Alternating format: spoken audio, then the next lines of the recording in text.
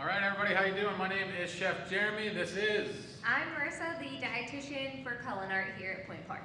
And we're here to bring you guys a virtual cooking class. We're going to have a different segment each day, so we got 2 more after today to look forward to, so make sure you stay tuned and tune in tomorrow and the following day to watch each section of the video. Today we're going to start with the basics, right? Because that's where you got to start. I know you guys just went through syllabus week, so sorry to kind of put you through another syllabus week-ish, right? But I promise you we will get into cooking some food, some fun things coming on up in the next 2 episodes. Absolutely. But first things first, right? We got to talk about safety and sanitation, right? What's more appropriate in the news, right, than safety and sanitation. So one, I just want to mention that we are practicing social distancing, right? That's why we got our 2 6-foot tables. So we're properly apart, we're following protocols, we're keeping each other safe, and everybody around us safe. Absolutely. Which is, key to having a good semester here at Point Park, making sure that you do your part and following social distancing, making sure you wear the mask, Absolutely. making sure you're checking your temperature, right? So it's also protecting you and it's protecting the people around you. Yes. Right? We take that seriously at CulinArt here at Point Park. We do. All right, so first things first, we're going to talk about safety and sanitation. So we're going to talk about the temperature danger zone. So what does that mean? What is that? I don't know. Danger zone. Danger zone. Dun, dun, dun. So temperature danger zone is 41 degrees to 135 degrees Fahrenheit is the range. So you don't want to have food within that range. What you want to do is you want to have your cold food cold, so under 41 degrees or below, and your hot food hot, so at 135 degrees or above. Yes. How do I know if my food's that hot or cold? I don't know. Get a thermometer. You can get digital thermometers for about 10, 15 bucks. You can also get biotherm thermometers, which is just a dial for about 4 bucks. They sell them at most every grocery store I've been to in kind of the smallware section where you can find the spatulas, the foil pans, like that kind of area. The baking area is normally where you find thermometers. They come in clutch. I have multiple ones at home. I know I use it all the time. But it's a good investment. It's something good to have. And it's something to make sure that you have your food safe. So next thing I want to talk about is how long food can stay in the temperature danger zone. Now I know I just said food should never be in it, but sometimes there's things that are out of our control, right? Right. Say I'm having a Labor Day picnic, right? That's what we're doing. I don't own a Schaefer, right, that works with the sternos to keep your food hot. Yeah. I don't have a table that I could use as an ice bath to keep my cold food cold. It's 90 degrees outside. What do I do? Right? I don't want to get anybody sick. So there is a couple rules to follow if you don't have that hot holding or cold holding units to still make sure that you have safe food. So there's a 4-hour window, right, where you're allowed to have food out of temperature. Once you hit that 4-hour mark, you have to throw the food away. That 4 hours also doesn't restart if you get that food back in temperature, right? So say I make some macaroni salad, right? It's at 40 degrees, I set it out in the buffet, it's out for 2 hours, and then I put it back in the fridge. The next time that's out of temperature, now I only have 2 hours instead of having 4. So it's not like that time restarts. Yes. Yeah. Right, so that's also good to know. That's a lot of misconception is, well, the chef told me I could have, it's only been out for 45 minutes. Well, it's just out for 3.5 hours. Yeah. Right, it doesn't work like that. Also, too, a lot of it is common sense to know when food is spoiled. Taste a little bit of it. If you're afraid to taste it, give it the sniff test. If it smells off, if it smells sour, it's probably turned and you should probably discard it. When in doubt, Throw it out. throw it out, right? And especially if it's a hot day, which it still gets pretty hot right now. So on when you're having your picnic. Yeah, I know I'm ready for fall. Yeah, me too. But having food out when it's 90 degrees or above shouldn't be out longer than that, right? Correct. Okay. Correct. Really, like I said, when in doubt, play it safe. Yes. Throw it out. Get rid of it. If you have it easy up and it's a sunny day, put the easy up over your buffet table so you don't have direct sunlight. That'll help you out a lot. If your guests aren't coming over till 5 o'clock, you don't need the food ready to eat at 2. Right? You don't need to bring everything out of the fridge. How long is it going to take you to bring food out of the fridge at your house? 20 minutes max. So keep it in a controlled temperature environment for as long as you can. Yes. Once everybody's done eating, I know everybody likes to digest. right? Kind of kick back, oh, full, right? Time for a nap. Take that time to take the items you have on your buffet and get them at proper temperature. Yes. Next thing I want to talk about is cross-contact. So to go along with the safety and sanitation, cross-contact. So you never want raw foods touching ready-to-eat foods. Not just touching, but also the cutting boards, the knives, the utensils, right? Your hands.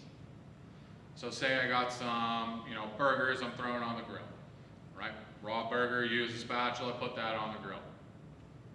I want to make sure that I have another spatula that did not touch that raw meat to take it off the grill once it's finished cooking. Yes. Right? I also want to make sure that I wash my hands if I touched raw meat. Right. Right before I go to chop my lettuce to go with the burgers, right? Yes. You never want to have that same contact of raw to cooked. I also recommend having a box of disposable gloves at the house. Pre-COVID, that's something that was kind of harder to find. Like, it's really only Rite Aid and Walgreens that you can find boxes of gloves. Unless you're going to a GFS or or a Restaurant Depot, which you probably don't visit that often, right? No. Restaurant Depot, you need a membership, so then you got to find someone that has one, and just to get a box of gloves, it's a lot. Yes. But now they're more readily available. They're at hardware stores. I think Walmart has gloves. Yeah, they're everywhere. So I always have a box on hand at my house. I know that, and I use them all the time. It's great. It's something to have, and it helps prevent that cross contact. Right. Also, too, to go along with safety and sanitation, a lot of it is basic. A lot of it kind of sounds redundant when I'm talking. Like, I want my hot food hot. I don't want to eat, cold mac and cheese. I want hot mac and cheese. I don't want to eat cold baked beans. I want hot baked beans. Right? I don't want to eat warm macaroni salad. I want cold macaroni salad. Yes. That's gross, right?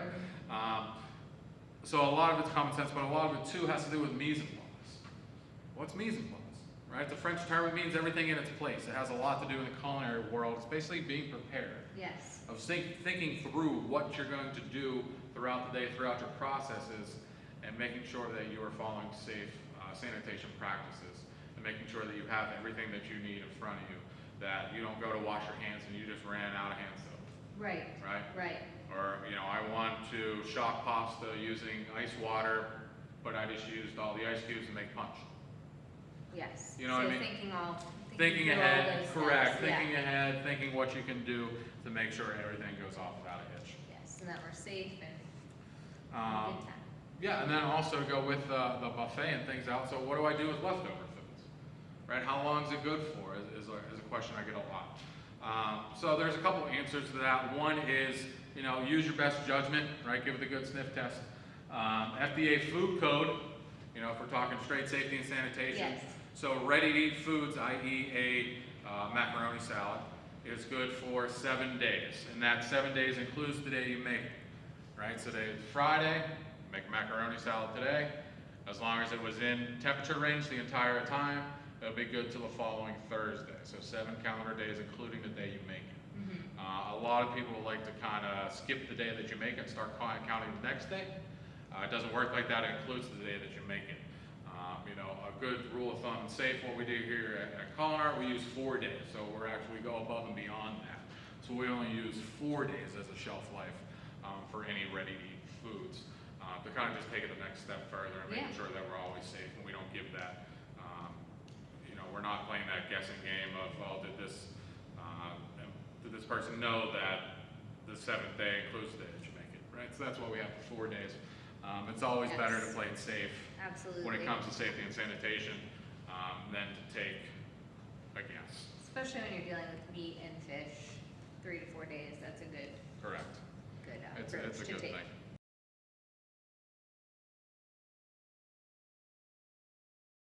All right, now that half the boring stuff's over, we're going to move on to knife skills. All right, so there are things out there in the world, and especially with Amazon. This is called a cutting glove.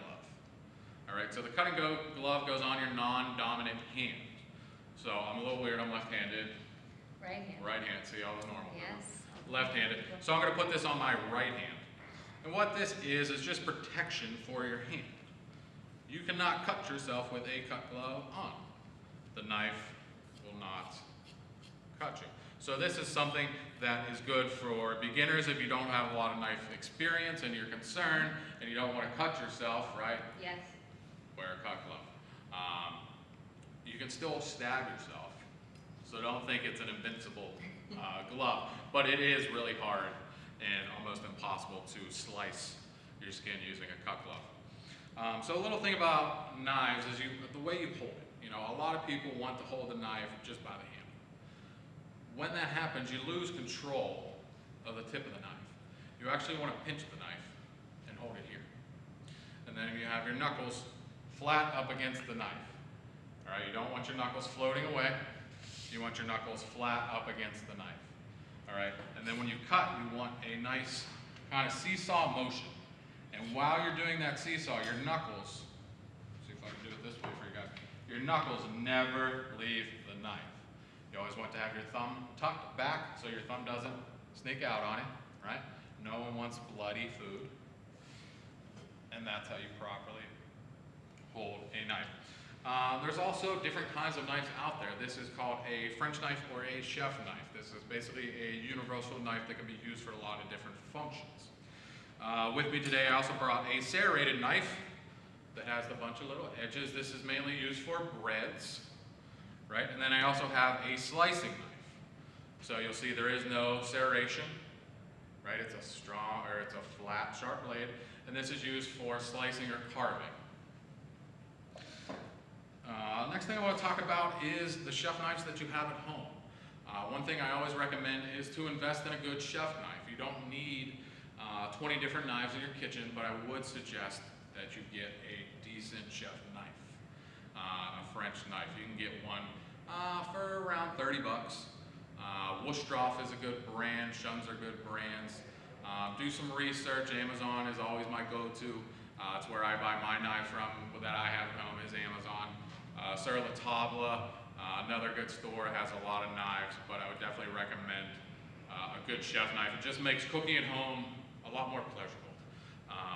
A dull knife is a very dangerous knife because what happens when you go to cut your food, the knife actually slips off the food and then goes into your hand. A sharp knife, the knife will always go through the food. How long, or how do you know, when is a good time to sharpen it, or that you know it's getting dull? No, that's a very good question. You'll be able to feel it, right? If you buy a new knife, if you ever bought a new knife, your first cut with it, you're always like, oh wow. Yeah, This is amazing. what knives are supposed to be like, right? So if you ever feel it start pushing food instead of slicing, chopping through it, it's time to sharpen it. Okay. There's two ways to sharpen, right? You have a honing steel, which is this. This kind of hones, though, this doesn't actually sharpen. But to use the honing steel, you want to do this about every time you use the knife. It's good practice just to pick one up, give it a quick little couple passes on it. You want to make sure you keep about a 12-degree angle on it through the back section of the blade. Always have your thumb under the handle, that way it doesn't come down on your thumb. You can also do it away from you. That's a little bit safer. And then the more practice you have at it is when you can pick it up. And then you can be, the chef, right? And have fun, not have fun with it, but get your knife sharp. So this is the hone, right? What's the difference between honing and sharpening? So honing is just bringing back the edge on the blade. Okay. Sharpening is when the edge is gone, right? When your knife has been neglected for a while and a sharpening steel is not getting that knife razor sharp anymore. So what you can do is buy one of like the pull through Yes. knife sharpeners. You can also use a sharpening stone. Sharpening stones are a little more difficult. You have to get the right grade on them. You got to sit there and wet it down, let it soak for a little bit, and then kind of move the knife back and forth on it to get that edge back. There's also companies out there that you can send your knives to, and they will sharpen them and send you back. Shuns, the Shun knives, that's actually what I have at home. They come with a lifetime sharpening warranty. So all I have to do is pay for the shipping. It gets shipped to Idaho or Seattle, somewhere. It's professionally sharpened and then sent back to me. Excellent. So that's Got something some that's options. nice. Yeah, time is valuable, right? Yes. Especially in the world we live in today, it's so fast-paced that sometimes we don't always have things to do everything we want to do with the day, right? So that's one less thing Yes, on yes. your plate.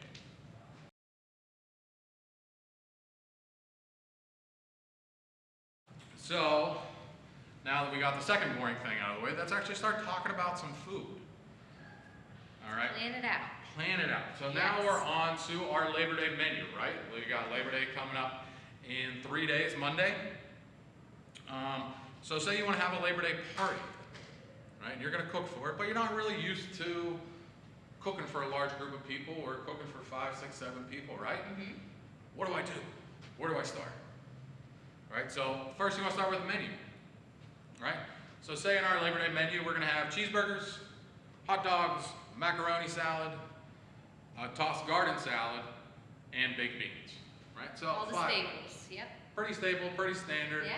nothing too crazy, right? You don't want to go too crazy when you're not used to cooking. You want to make sure everything goes off without a Yes. hitch, and you're not serving burnt hot dogs and raw hamburgers, Absolutely. right?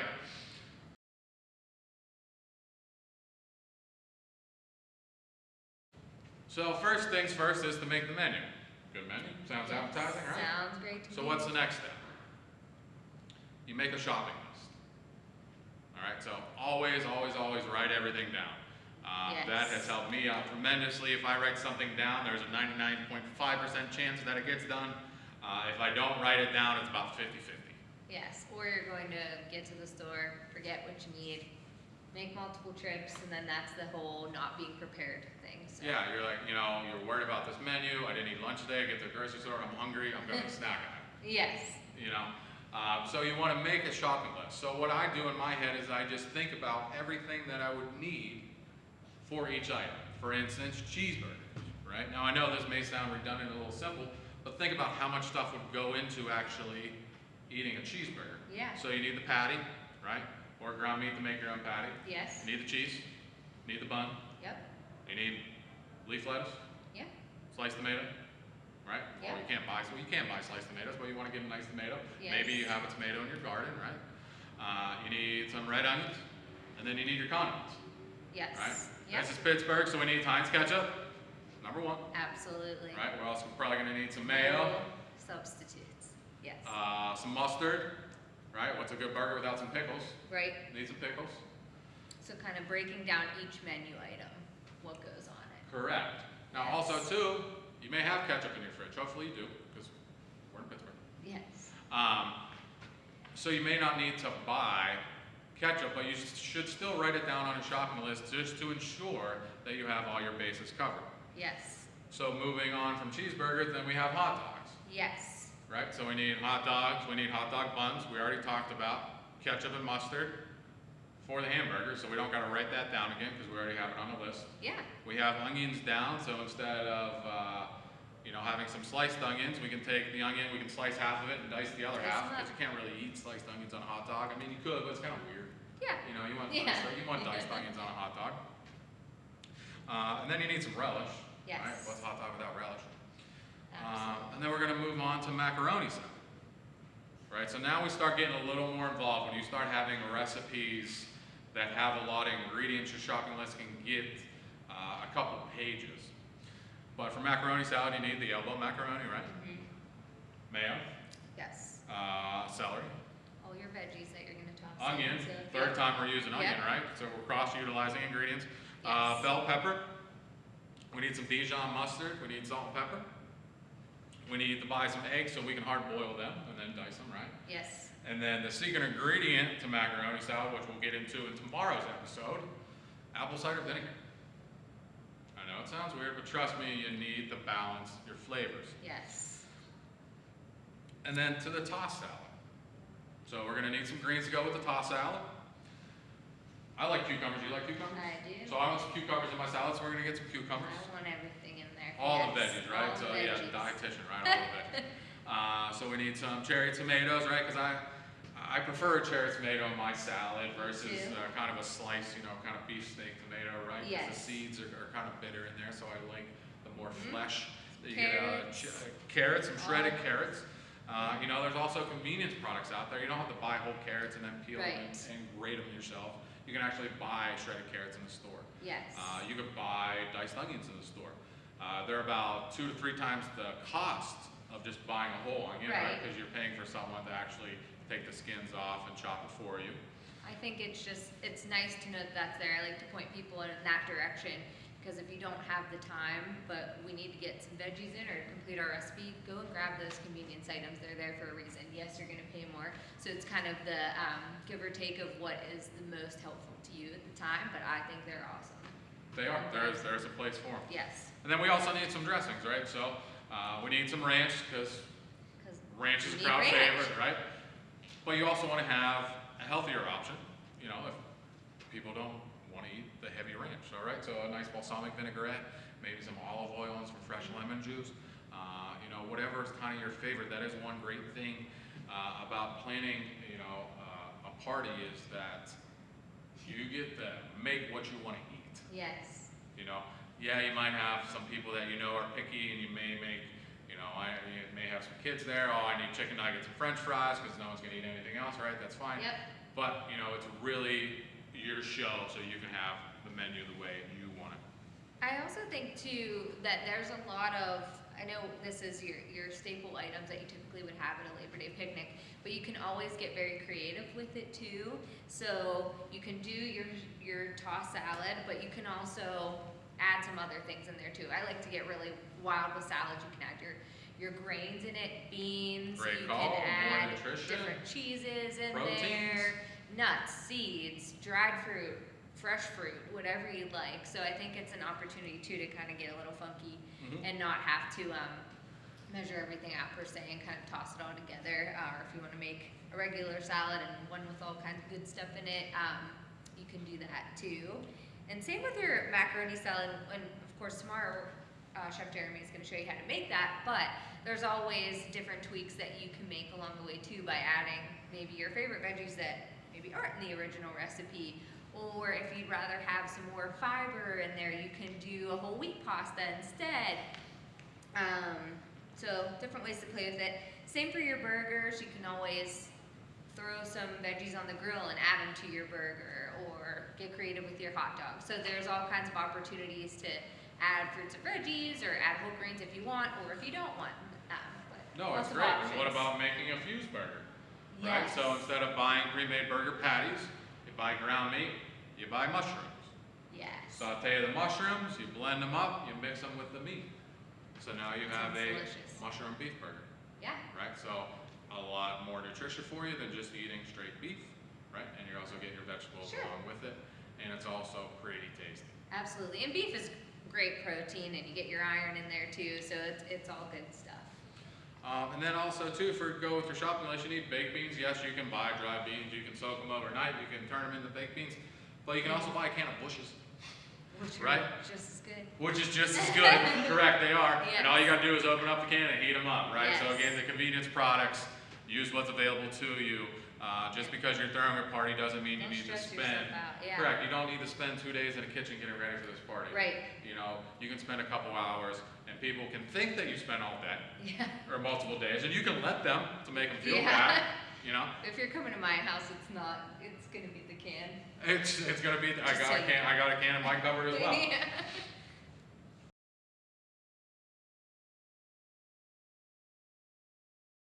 All right. So now that we got done with creating our shopping list, right? So we have our menu. We have everything we need to go get. We went and got it. We come back. Now what do we do? Right. So now we need to make a prep list. Yes. Right. So prep list. I break up my prep list in days. Right. I have everything that I can get done the day before, and then what I need to do day of. Which is super smart because usually I'm in the morning scrambling, trying to make everything at one time. It And you makes have- total sense to do this. You got friends and family coming over. Right. You want to be able to spend time with them. You want to be showed locked up into early. a kitchen, locked on the stove, locked on the grill. You want to entertain, right? Absolutely. We're here to have fun. It's not meant to feel like it's work. Yes. You know what I mean? So for this menu that we come up with that we're having for our Labor Day party, what I would do is I would make the macaroni salad completely the day before. So I'd hard boil my eggs, I'd cook my pasta, I'd chop all my veggies, I'd toss everything together and set that in the fridge overnight. Now pasta does absorb sauce. I.e. in this case the sauce is the mayo in the macaroni salad. So the next day it does taste even better, but you might also have to add just a little bit more mayo to get that creaminess back, because it might Yeah. dry out a little bit, right? So that's one thing that you just want to be conscious of and know, like, oh, this isn't how I made it yesterday. What did I do? Chef told me I could make it the day before. I made it the day before. Now it's ruined. Yeah. Right? So you can always fix things. That is one great thing about food and cooking, is that it's really, you can't fix burnt, but pretty much anything else you can fix. Right? That's why a lot of chefs say that they don't like baking. Right? Because when you bake, you got to measure. Science, yes. It is. It's a science. And you have one shot at it. Right? It either turns out awesome or it doesn't. Right? Cooking, you adjust as you go. You taste it all. That's kind of bland. It needs some more salt. Yes. Oh, it's not really popping. There's something missing. Oh, it needs some acid. Maybe some fresh lemon juice. Right? Maybe some lemon zest. There's always a way to fix things throughout the cooking process when it comes to cooking versus baking. Yes. So that's what I would do the day before. I'd also get my onions diced for the hot dogs. You can slice tomatoes the day before. Sometimes if your tomato is, right on the edge of being overripe, I would wait till the day of, because they do turn a little translucent in your fridge overnight if you get too far ahead on slicing. But other than that, that's pretty much it, what I would do the day before. I'd make sure that I have my charcoal, I'd make sure that I have my propane that was on my shopping list. Once I get home from the grocery store, right, I double check my shopping list, make sure I actually got everything. Because I've done that before. I've made lists and then just kind of bypassed the one item on there and then got home and I gotta run back out to the store. I was just there. Yes. Now it's rush hour traffic. Now I gotta sit in traffic. Right? So Adding to that party stress. Adding to the party stress, Yes. right? We want to have a party. We want to have fun. We don't want to be stressed. Yeah.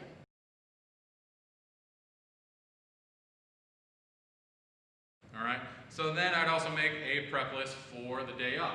Right, so what I would do right before the party. So I would, kind of assemble my lettuce, tomato, onion trays that I would have out on the buffet. So I'd break my leaf lettuce apart. I'd make sure I wash it, right? You always want to make sure that you wash your fruits and vegetables. Yes. I'd have my lettuce on there, red onions, tomatoes ready to go. I'd have the same thing for the hot dogs. I'd have my condiments ready to go. And then I would make my tossed salad. So I cut the cucumbers, I cut the cherry tomatoes, I assemble that in the bowl, make it look all pretty like, throw some saran wrap over top of it, and shove it in the fridge till I'm ready.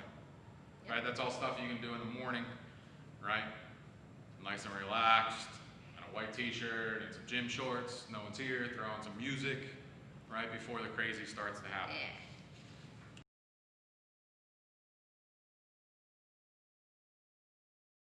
And then I'd also have a plan for what you're going to do when people start to arrive, right? Or when, whatever time you decide that you want to have your menu. So I'd say about an hour before you want to eat, right, is when I turn on the grill or heat up your charcoal. I'd also open up that can of baked beans I had, right, dump it into a pot, set that on low on the stove. I'd start setting the table. I get a tablecloth down if you want a tablecloth. If you don't need one, don't stress out if you don't have a tablecloth, that's fine. If someone comes to your party and says, "Oh man, can you believe this guy? We just had to eat food without a tablecloth." It's probably not a person you want to hang around with if they're going to be like that. I'd make sure I have plates on the table, napkins, silverware. I'd put my condiments out. I'd go back. I started my baked beans, right, because we are cooking, so you don't want to forget what you have cooking at the time, because that's how things get burnt. I'd also have myself set up on the grill to where I have a clean plate to put the burgers when they come off, because you never want to put burgers that you had raw before they go on the grill. When they come off the grill and cooked, you never want to use that raw plate, right? That goes back to our cross-contamination. We have raw foods, now we have cooked foods. We never want the two to touch the same utensil or the same plate. Or the same cutting board. Or the same cutting board. No, great point.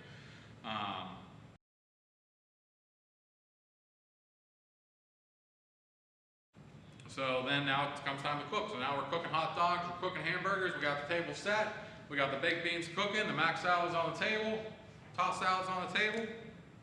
People are coming over. You're the grill master, you're out there having fun, flipping burgers high up in the air. It falls on the ground, but then you catch it. And now it's time to eat. Now it's time for you to relax, right? Enjoy all the food that you just spent, a day and a half making. That you say it's a day and a half making, but really 2 hours day before, hour of, so 3 hours, Yeah. you know, realistically into it, if you plan it out properly. Yes, proper planning. Correct. Because if you forget now that 3 hours, couple extra grocery store trips, Yeah. ran out of propane in the middle cooking burgers, now I gotta Adds run up. down to the gas station. Yeah, It adds up. absolutely. So yeah, now it's time to So sit grab your back, plate and enjoy the meal.